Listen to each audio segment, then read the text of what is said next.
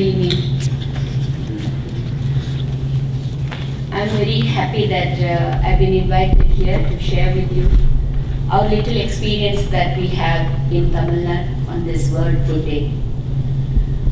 As he was pointing out, this World Food Day, this year, actually across the globe, we are faced with the whole volatility of the food prices everywhere. In India also the same thing is happening, which has really affected the poorest of the poor.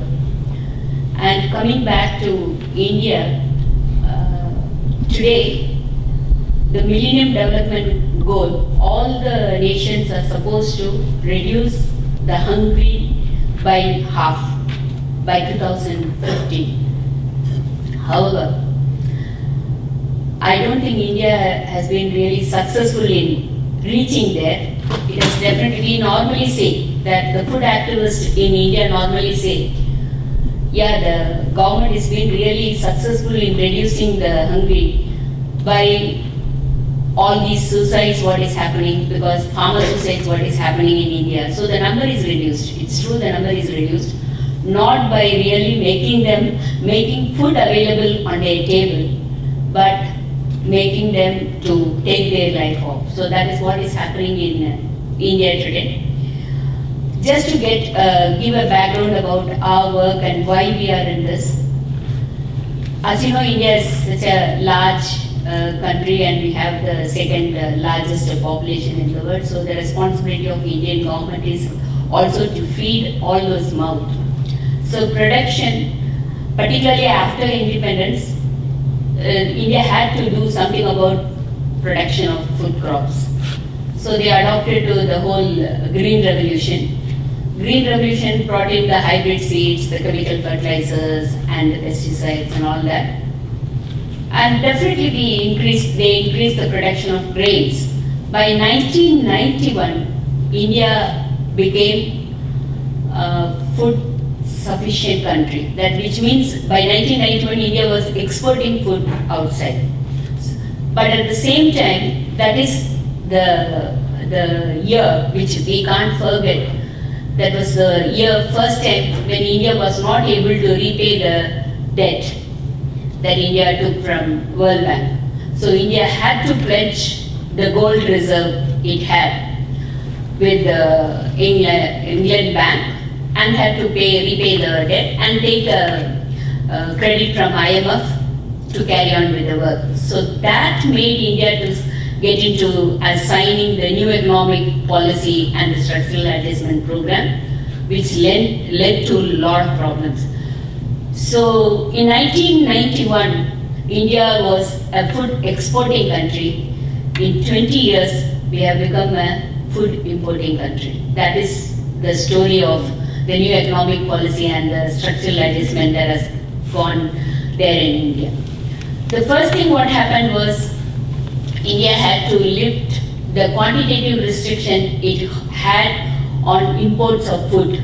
More than 1,028 different varieties of food crops where they had quantitative restriction was lifted because of the structural adjustment. So which means food grains from all over the world, different kinds of foodstuffs, different kinds of agriculture products from all over the world was imported to India. And after the structural adjustment program followed the World Trade Organization's agreement, the agreement on agriculture. So all this really created more and more problem for small and marginal farmers. The other side, the globalization also brought in a lot of multinational companies into India, which means the government was taking up land, particularly in the pretext of special economic zone and special production zone, and all these lands were taken over. Particularly it was the small and marginal farmers who were affected by this land grab. And so more and more small and marginal farmers were really marginalized from agriculture. So increasingly the agriculture production came down. It's continuously coming down. And there are so many other factors added to that. On one side, it's because of the land grab. On the other side, we also have a very big real estate boom in India. So that is also catching up, and so people are losing their land. And we have all these developments, 4-track, 6-track roads and things like that, where particularly the farmers get affected because their land is being taken by government. And of course, many of the farmers have gone to court and lost, because the court always says that it's for public interest. So the farmer's interest actually is less than the public interest. That is what the government says. So you will find that more and more farmers are losing their land. That's on one side. The other thing is about the GMOs which have been there. That is the genetically modified food crops. In fact, the first crop which entered India was BT cotton. Late 90s, BT cotton entered India, not directly, indirectly through Pakistan and Bangladesh. So you find BT cotton being cultivated in Maharashtra, in West Bengal and all that. In 2001, the GAC committee, that is the Genetic Engineering Approval Committee, approved BT cotton. So as you all know, BT cotton is, the Monsanto has the patent of BT cotton. So when BT cotton got approved in India, that it was allowed, the people were allowed to grow BT cotton officially, Monsanto by then slowly bought up all the seed companies in India. So if you, all the large seed companies, say in Maharashtra, Myco was one of the larger companies, so it was bought up. AAD Parry was bought up by the thing, and in Tamil Nadu, Rasi was brought up. Although they bought these seed companies, but the seed companies were still functioning in their original Indian name. So even today they function as Myco, they function as AAD Parry, they function as Rasi. So people don't know the difference, whether they are Monsanto's companies or whether they are the local companies. So still they function with the local names. So entry of BT cotton into India, and all these companies selling BT seeds in the name of local company, and you find today in 12 years, from 2001 to 2013, in 12 years, almost 98% of cotton cultivated land is BT cotton now. It's under BT cotton. So we have lost completely our traditional cotton seeds. And we are in a process trying to revive and trying to get back the traditional cotton seeds, and we are finding it very difficult. There are hardly any place where traditional cotton seeds are available. So it's BT everywhere. That is the thing of story of BT cotton. And in this last 15 years, more than 250,000 farmers have committed suicide. Farmers who have cultivated BT cotton and failed, and who have really got into debt, have committed suicide. And mostly the suicides majority of the suicides were in Maharashtra, and some in Gujarat, Andhra Pradesh, very few in Tamil Nadu, because in Tamil Nadu the BT cotton cultivated area is also very limited. So this is the story of BT cotton. The reason why I am giving the story of BT cotton is, this is what made us really to start working with farmers. Originally we were just working with farmers, particularly women, in order to empower them politically, so that they can take control of natural resources like land, water, sea, forest. So that was our interest. So from 1994, the Women's Collective started working. We started working in 6 villages, and today we are spread over nearly 1,000 villages. And it's a membership organization. As the person who introduced me said, we have more than 100,000 members. So the focus was to get control over the natural resources and to protect them, have access and control over. That was the focus. So when BT came in, we had to really fight against the GM crop. So we started fighting against the GM crop. We protested against the GM crop. We saw to it that the GM did not, particularly the BT cotton, did not enter the villages where we were working. But there are thousands of other villages, so BT has entered there. And we also started focusing on ecological farming, where there could be biodiversity could be ensured, and food should be ensured, particularly at the household level. So our focus was food security at household level, and the second point was control over the natural resources. The third one was protesting against the GM. This is the threefold agenda we had, and we started organizing the farmers. When we started organizing farmers, because we are women's collective and we work with women. So when we started organizing women as farmers, we found that hardly there is any land title in the name of women. Out of the 100,000 women we are working, hardly 1,000 of them have some land. When I say land, when I say small and marginal farmers, it is like 50 cents of land, or 1 acre, less than 2 acres, something like that. So even these women were cultivating these land, but the decision was particularly taken by men. See, whether you have to cultivate food crop or cash crop, the decision was there with the men, although the land was in the name of women. So it took a long time for us to organize these women and to convince them for the whole thing about food and food security, and particularly food security at the household level. And we started talking about safe food. What is the kind of food that we are eating today?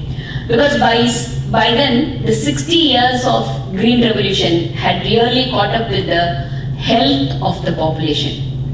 So you find that today, they say that more than 50% of the diabetic patients are in India, more than 30% of the cancer patients are in India, mainly because of the chemical fertilizers and pesticides that we use. And increasingly, people are using more and more fertilizers and pesticides because the land has lost its fertility. And they say per year India is using more than 900 tons of fertilizers. So that is the thing that we tell. They are also saying that the amount of grains that we consume is that earlier, that is in 1970, per person used to consume nearly 150 kilograms of grains in a year. But now it has reduced to 125 kilograms. So nearly 25 kilograms of grain intake is also reduced. So what I'm trying to say is that the production is also reduced, and the second thing is the price has gone up, so the intake is also reduced. So all this is the result of globalization and the advent of increasing use of chemicals and fertilizers have really affected the health of the people. So we took that up as a campaign, Safe Food Campaign. So we campaigned in schools and colleges, we campaigned with the consumer associations, and we took it up across to them saying that the type of food, do you know what we are eating? Do you know what is there in our plate? And this is a question we asked, and then we started encouraging them to take organically produced. Rather than using the word organic, I would prefer to use naturally produced food, vegetables and things like that. So that campaign caught up. By then, there was another danger in front of us, where the Monsanto company with Mahiko started doing an experiment with brinjal, that is what you call as eggplant here. Brinjal is actually a native of India. So Monsanto did an experiment with brinjal, and they brought up BT brinjal. The GAC committee I was referring to earlier, which okayed the BT cotton, also approved BT brinjal. So approval of BT brinjal, then the issue was taken to Parliament, and the Parliament passed commercial production of BT brinjal. Then there were different food activist groups who protested against this. The farmers group, activist group, all of them protested against this. and there was cases in the court. Particularly, they said it's unethical on the part of Monsanto to do genetic modification in eggplant, which has the native of eggplant is India. So it's a motherland is India, so they can't do. It's unethical. So that is why the case was filed. And because of the protest, the government came down and the government organized a public hearing in different cities in India. And farmers and activists went to this public hearing to say that we don't want this, it's going to be a really health problem and things like that. Monsanto also organized their farmers to come there and to say that they want BT brinjal.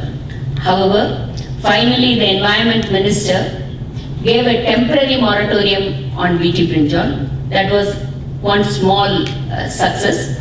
So they stopped commercial production of BT brinjal. By then the campaign went on in all the states, and many states took a stand against GM crop. So including Tamil Nadu, states like Kerala, Karnataka, Bihar, Jharkhand, all these states took a stand that they will not allow GM in their state. So Tamil Nadu Chief Minister categorically stated that she will not allow GM in food crops, which means BT cotton will continue. And by then, the GAC committee also, I think it is the Environment Ministry went to the court against Monsanto for using the seeds of the eggplant, which is actually the owner of the seed is the farmer themselves.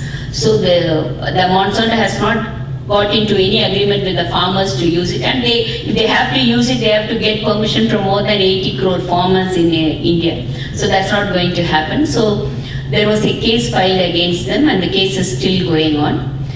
Meanwhile, a standing committee was also formed in the parliament. The technical committee was supposed to go through the possibility of GM being introduced in food.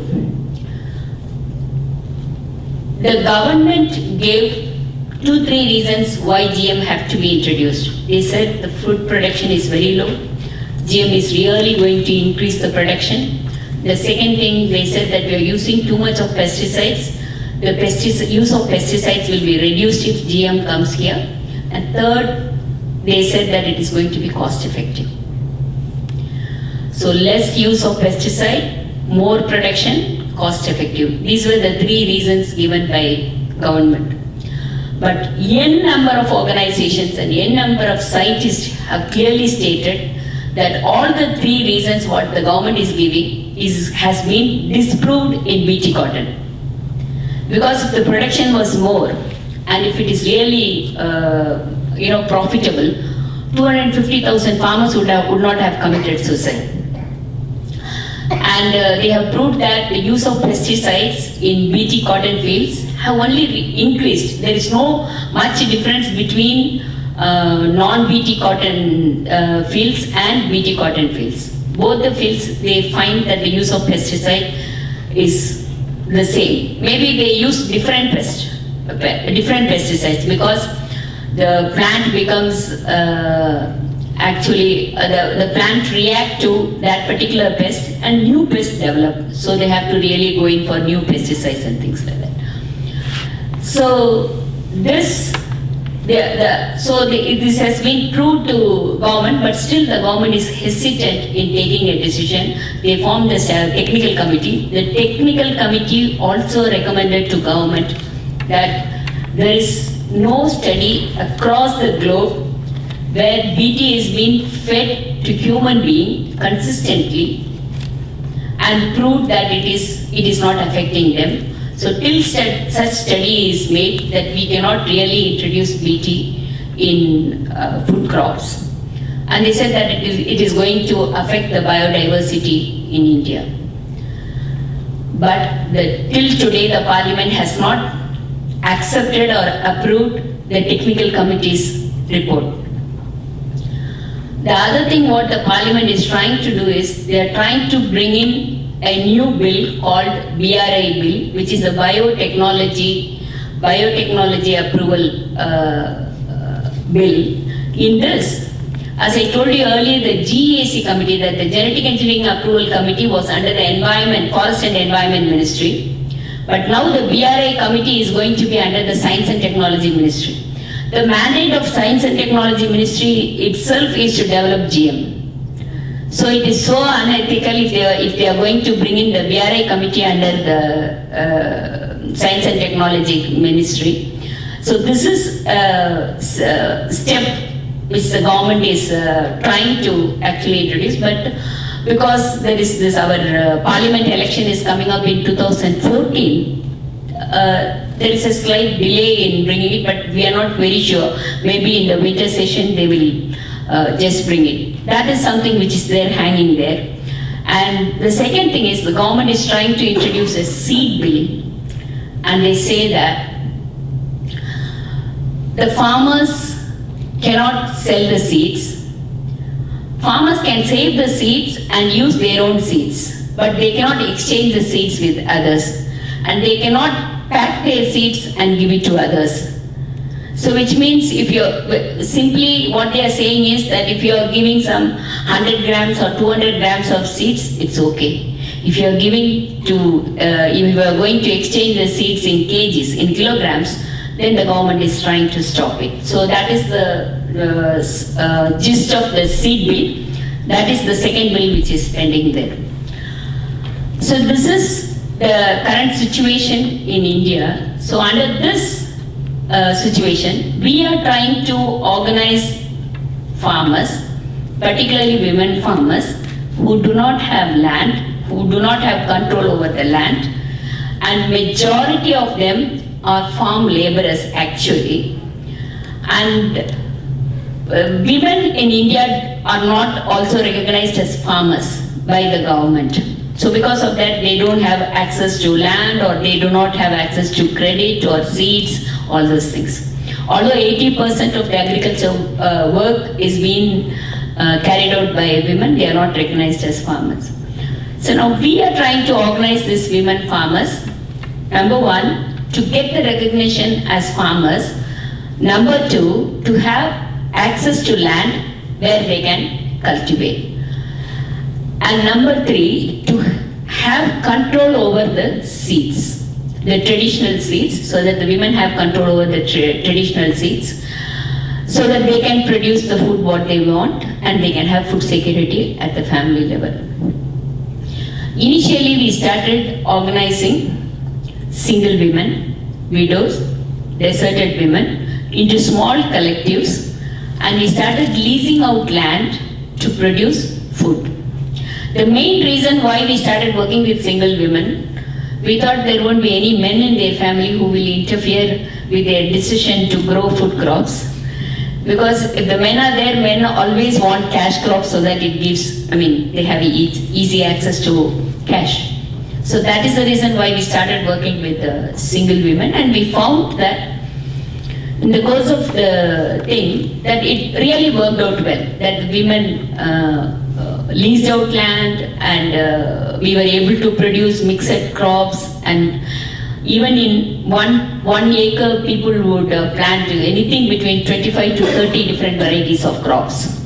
So even if they lose 5 crops, there are 25 crops which they get, all food crops. So the food crops was shared among the members, and it was consumed. Hardly we had anything, because it's only 1 acre or 1.5 acre that they lease out. So that was only enough for them. Maybe as we worked out, we have seen that they were able to get food enough for about 6 months in a year from that production, but the rest of it they have to depend on outside food. So this clicked, that the collective farming clicked, and so we have started organizing other women also who do not have land and who are ready to work together, and that is how the whole collective farming initiative took up. With all these problems we felt, by then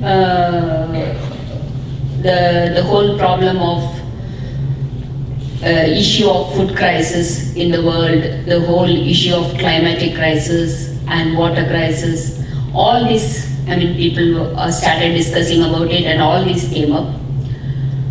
And we felt as a climate resilient plant, millet is an answer which is going to help the farmers. It is easy to produce and it doesn't need very fertile land. It doesn't require a high chemical fertilizers and pesticides. And it doesn't require very technical know-how and input.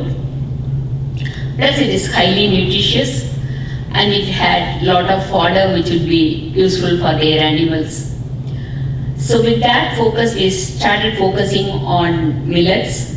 And as you know, I was earlier talking about the Safe Food. We linked up the Safe Food campaign with the millet production campaign. So on one side, we are facilitating farmers to produce millet, to go back to millet production, because millet is not something new to Deccan Plotter. Millet was their primary food crop, and they were really consuming millet. Say if you say some 70, 80 years back, their main food was millet.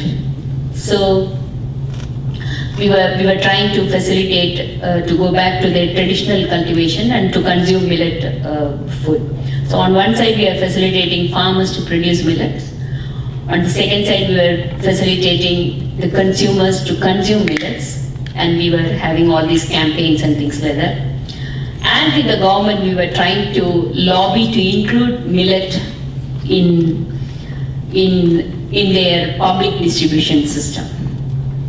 So recently, I don't know whether you are aware that a food security bill was passed by the government.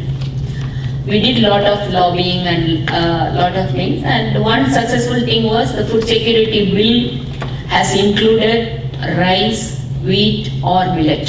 It's a choice of people.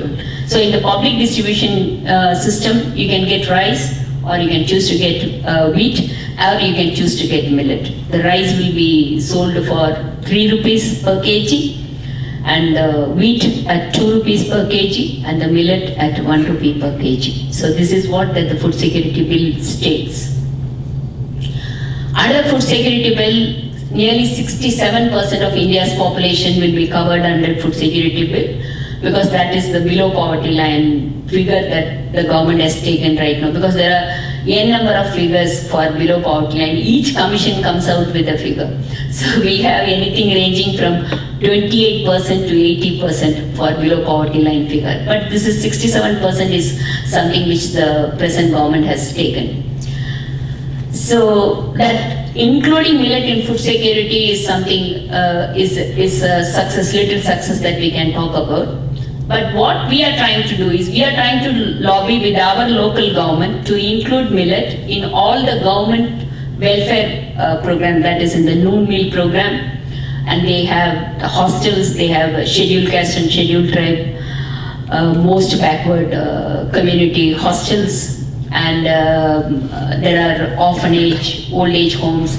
We are trying to make the government, convince the government to introduce millet in all these things. And we have also come out with different kinds of millet recipes, so that, you know, people have totally forgotten. In 70, 80 years, they have forgotten how they were, cooking these millets. So people and their taste bud has also changed with all these fast food and things like that. So we are also going back in that and introducing different kinds of recipes.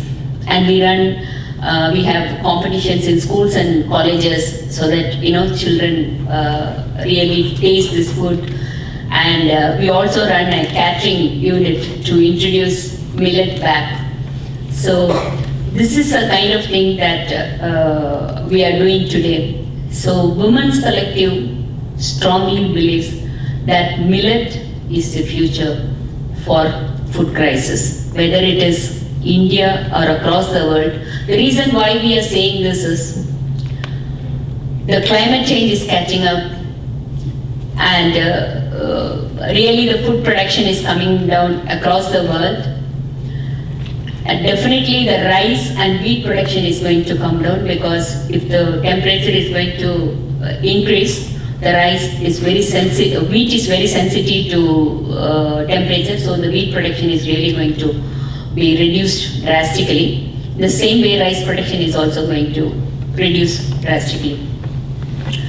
Alternatively, the millet is one of the crop which can withstand the whole warming up, global warming.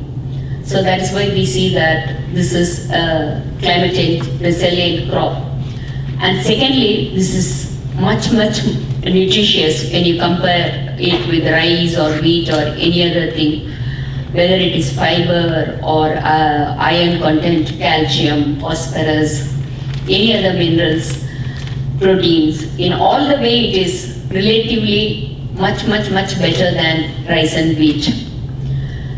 And today India's nutrition level is also very poor. They say that nearly 46% of India's children are malnourished.